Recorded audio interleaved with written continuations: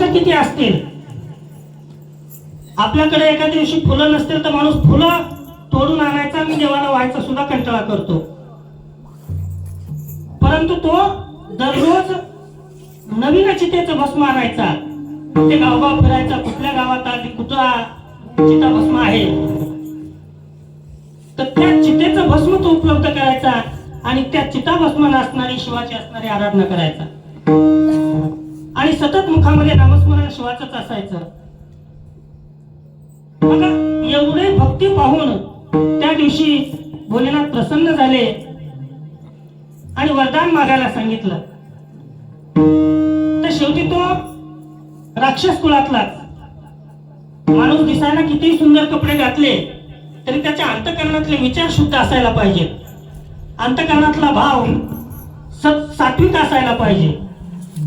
मग तो कसाही असू द्या, गरीब जरी असला तरी चालेल, पण भाव सात्विक असायला पाहिजे.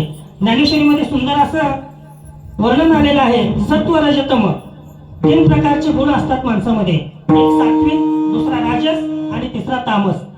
तर हा दैत्य कुळामध्ये जन्माला आलेला तामस व्यक्तीचा वरदान मागा म्हणल्यानंतर वरदान काय मागितलं तर काय नाही म्हणले, महादेवा मी ज्याच्या डोक्यावर हात ठेवीन तो जळून भस्म व्हावा. मनामध्ये आता महादेवाला त्यावेळेस भोळे महादेव वाटलं की आपली चिता भस्मानं हा आपल्याला दररोज असणारी पूजा करतो, मागितलेला वर योग्यच आहे तर असतो म्हणले.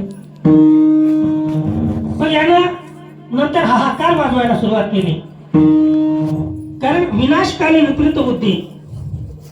प्रत्येक दिवसाला त्या माणसाच्या डोक्यावर हात ठेवायला चालू केलं, तो माणूस भस्म व्हायचा. असं करता करता ह्याचा आसुरीपणा एवढा वाढला की शेवटी एके दिवशी महादेवाच्याच मागे लागला. मनामध्ये भाव काय की महादेवालाच संपवायचं आणि पार्वतीला मिळवायचं. ही झाली आसुरी प्रवृत्ती. आज अशा आसुरी प्रवृत्तीचे अनेक लोक आहेत, तुमच्या आमच्यामध्ये सुद्धा आहेत. आपण सुद्धा यांच्यापासून सावध राहणं गरजेचं आहे.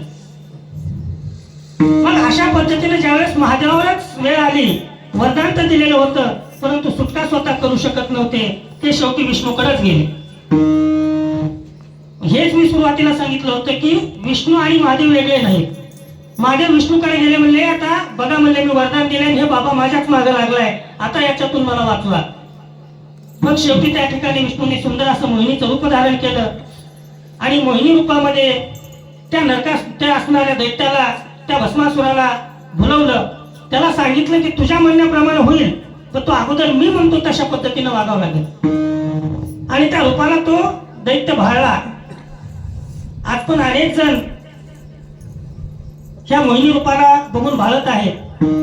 वेळीच सावध झालं तर काहीतरी खरं आहे, नाही तर शेवटी जीवनाचा अंत आहे. तर तो दैत्य सुद्धा भाळला आणि विष्णूने त्या ठिकाणी सुंदर मोहिनी रूप धारण करून त्या ठिकाणी नृत्य केलं आणि नृत्य करत करत करत त्याने आपला स्वतःचा हात स्वतःच्या डोक्यावर ठेवला. कारण याला सांगितलेलं होतं जसं मी करीन तसं तुला करावं लागेल, तेव्हा असणारं तुझं जी मनातली इच्छा आहे ते पूर्ण होईल. असं करता करता तो स्वतःचा हात स्वतःच्या डोक्यावर ठेवतो आणि त्या ठिकाणी तो स्वतःच भस्म होतो. अशा पद्धतीने या ठिकाणी त्या भोळ्या महादेवाने दिलेलं वर भोळा शंकरा